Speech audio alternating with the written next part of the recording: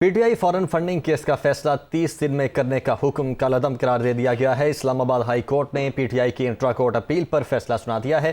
Chief justice अतर मिनल्लाह की सरबराही में 2 रुकनी bench ने तहरीरी फैसला जारी कर दिया है। तो अहम खबर है, पीटीआई फॉरेन फंडिंग केस का फैसला 30 दिन में करने का हुक्म कल अदम करार कर दे दिया गया है। इस्लामाबाद हाई कोर्ट ने पीटीआई की इंट्रा कोर्ट अपील पर यह फैसला सुनाया है। चीफ जस्टिस अतर मिनल्लाह की सरबराही में 2 रुकनी बेंच ने तहरीरी फैसला जारी कर दिया है। इस पर बात करने के लिए मंसूर सती हमारे साथ मौजूद हैं। मंसूर, ये फैसला सुना दिया गया है कि 30 दिन में जो करने का हुक्म था उसको कल अदम करार दिया गया है। इस्लामाबाद हाई कोर्ट में जो सिंगल बेंच का जो फैसला था कि 30 दिन में फॉरेन फंडिंग केस का फैसला सुनाया जाए, उसको कल अदम करार दिया गया है। 2 रुकनी चीफ जस्टिस की सरबराही में 2 रुकनी बेंच ने ये फैसला सुनाया है, जिसमें जो इंटर कोर्ट अपील थी पीटीआई की उसको मंजूर किया और 1 माह के फैसले के जो देने की हद तक जो सिंगल बेंच का फैसला था उसको कल अदम करा दिया गया। और फैसले में ये कहा गया कि तमाम सियासी जमातों की जो फंडिंग तहकीकात है वो एक साथ करने के साथ पीटीआई की दरख्वास्त जो है वो निपटा दी गई है। और अदालत ने इस फैसले में कहा गया है कि अदालत उम्मीद करती है कि इलेक्शन कमीशन बाकी जमातों के खिलाफ भी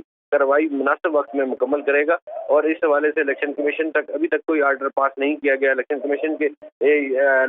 कमीशन के नुमाइंदे ने यकीन दहानी कराई कि सब सियासी जमातों के खिलाफ बिला तफरीक जो कार्रवाई आगे बढ़ाई जाएगी। और इस हवाले से जो चीफ जस्टिस अतर मिनल्लाह है, उनकी सरबराही में 2 रुकनी बेंच ने ये तहरीरी फैसला जारी किया है। और इसमें जो पीटीआई की जो दरखास्त थी, इंट्रा कोर्ट अपील थी, वो मंजूर करते हुए जो 30 रोज का फैसला करने का फैसला 30 दिन में फैसला करने का जो फैसला था वो कल अदम करार दे दिया गया। बहुत शुक्रिया आपका मंसूर।